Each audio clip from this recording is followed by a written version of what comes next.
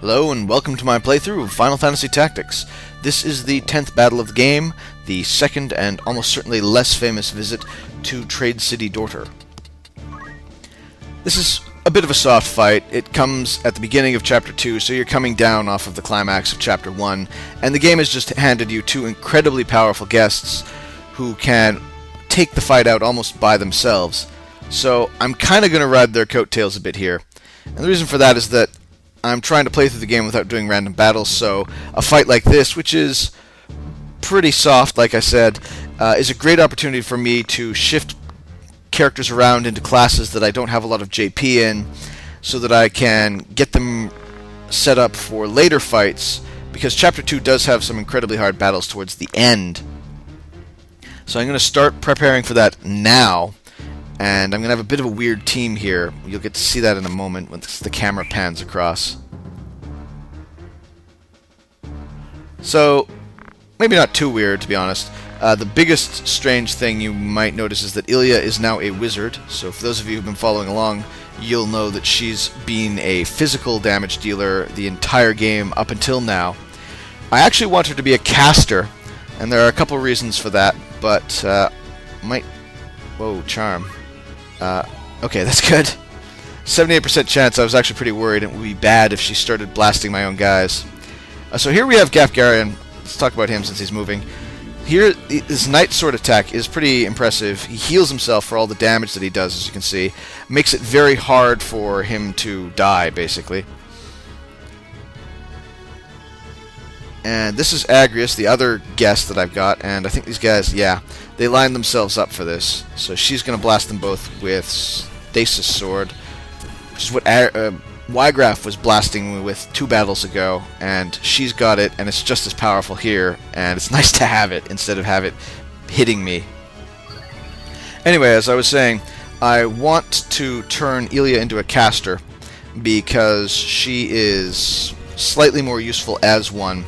The game is somewhat biased in that it makes women better casters and men better physical fighters. So, long term, it's better to have her as a caster. And I'll note also, Ramza, strangely, is an exception to this. He's good at both, so he can do either. Alright, so it's my turn. Ilya's up. Let's try to land her first fireball.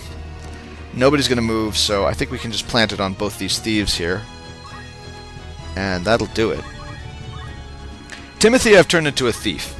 And there are a few reasons for this. I do just like thief abilities, and also I want to qualify him for the Lancer class, and maybe Ninja, so this is a good opportunity to get some points. And I'm going to move him in here and hit this wizard, because the wizard's really soft. He's going to go down with the next hit, I think.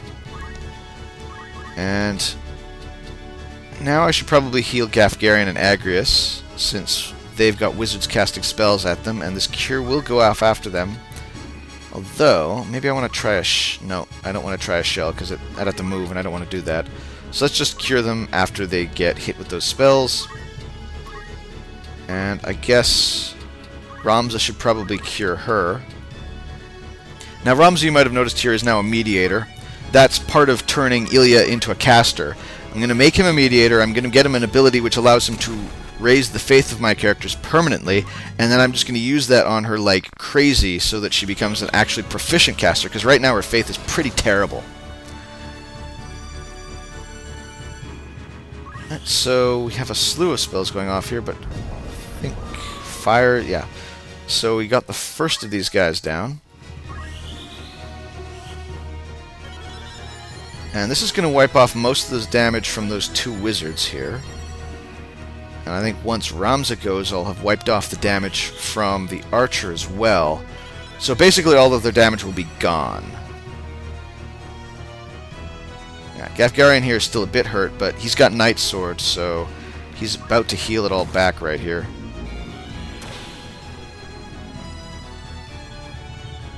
And he's full again. So I should probably check the order here. And let's see. Yep, she can fireball before anyone moves, so yes, I want to move her up and blast these 2 wizards, especially the one who's nearly dead already. Now we'll plant that right there. And Suzanne, I don't think she actually has anything to do, but the one trick to this fight is to not rush in. So I think I'll plant a shell on these two in case the remaining wizard decides he wants a piece of them. And while I'm at it, the archer seems to like hitting my casters in the back row and has chosen Suzanne, so I think I'll land a protect on her to try to mitigate some of that. And while I'm at it, I might as well move Ramza into that effect so that he can get it too, just in case she switches to him. And there goes the wizard. Suzanne here is an oracle now.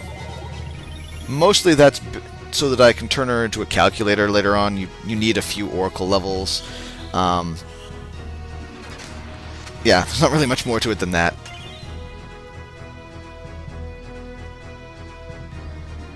We've got Agrias going here. She's hitting someone behind the tree. Oh, it's the archer over there. Oh, and she got her stop off. So that's the second guy she stopped. She's pretty much single-handedly trivializing this fight. And she's shooting my wizard since I protected the others. And their wizard is also shooting my wizard, so that's actually really bad. I suspect the two of them can probably two-shot her. And Timothy's the only one who can do anything about it, since they're going to go immediately after him. Should get in there and see if maybe I can kill that wizard, but 33 damage would be a lot. Yeah, 28. Close, but... And I definitely can't take out her, so let's go with Steel Heart. It's really the only... 40%. Still have to. No. Okay. That's probably bad. Agrias does have raise, so she could get her back that way. I'll just have to hope that she casts it, I guess. Or I can go with the weapon guard. That's pretty sweet. Gafgarion seems to really have a hate-on for thieves today. I don't think he's attacked anyone but those two thieves yet.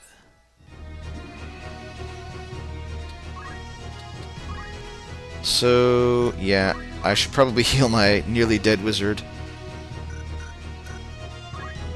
Though she's going to move, so I need to move my oracle over there so that I can target the unit, and that way the spell will follow her instead of going off uselessly on the square she was standing on. And these guys are still clustered, so I probably want to move in, and then I can land a fireball on the two of them. Or... I should have checked the timing first. They're going to move out of it, so I will just potion, I guess. This will keep her topped off so that if they both decide to attack her again, she doesn't go down. And since I've got Ramza, I think I better move him up and throw a protect on her so that the archer can't deal quite so much crazy damage to her.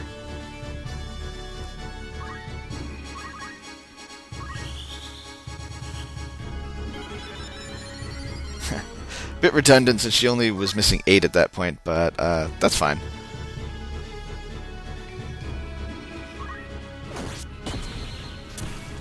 And that officially finishes that archer, so it's just the two in the back now.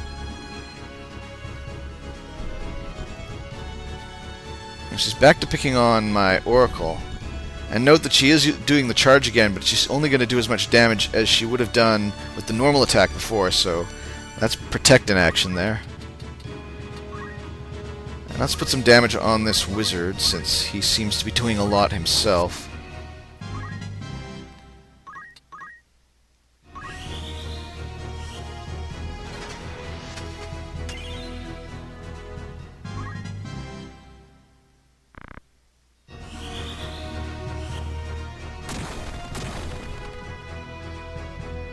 Yeah, it's a good thing I put protect on her, because otherwise she'd have gotten killed again, I think.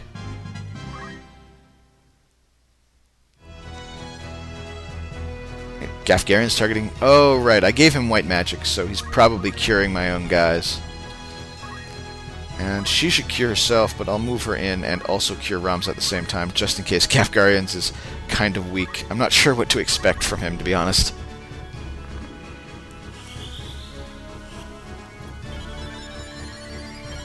Actually, that's pretty decent.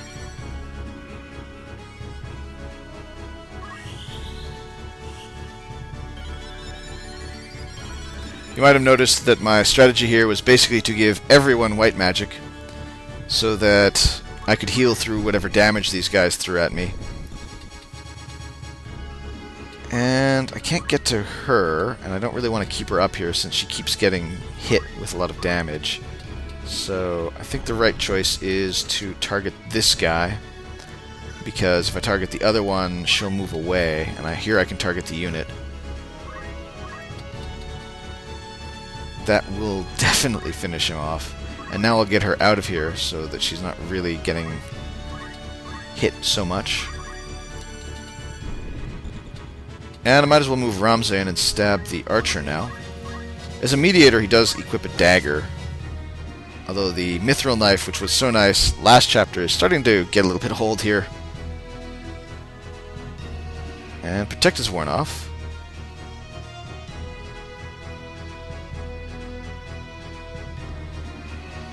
That was what I was afraid of. Now apparently she hits for 40, so yet more evidence of what protect was doing for me.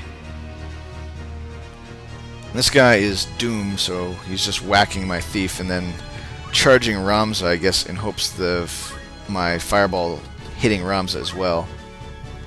So let's stab the archer, since she's the only one who's going to be left in a second. Darkness, maybe that'll slow up that shot from her.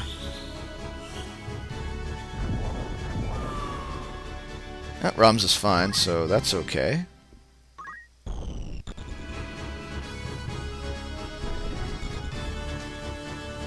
Gafgarion is probably healing again. Oh, and he's taking that shot from the archer. That's kind of nice. He's got a lot more HP, so he can certainly afford to do it. Although it's just her now, so this is pretty much done. Let's see what's in the treasure chest. Mage Masher. Not a bad dagger, but I get one for winning this fight, so would have probably preferred something else. Oh, just heal Gafgarion. I think this fight is pretty much done here. But Agrias isn't going to finish it because he's not close enough. And Ilya is not going to finish it because she can't get close enough. Yes, let's have Ramza finish it off with his dagger, I think.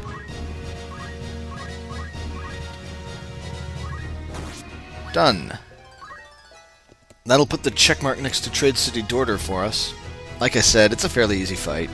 Agrias does most of the damage for you. Gafgarion can't really die. Just need to deal with the wizards in the back, and lots of healing, so we're fine. Next up, we've got Aragway Woods, and I will probably be looking to see just how far I can push these guests into carrying my battle for me. Stick around.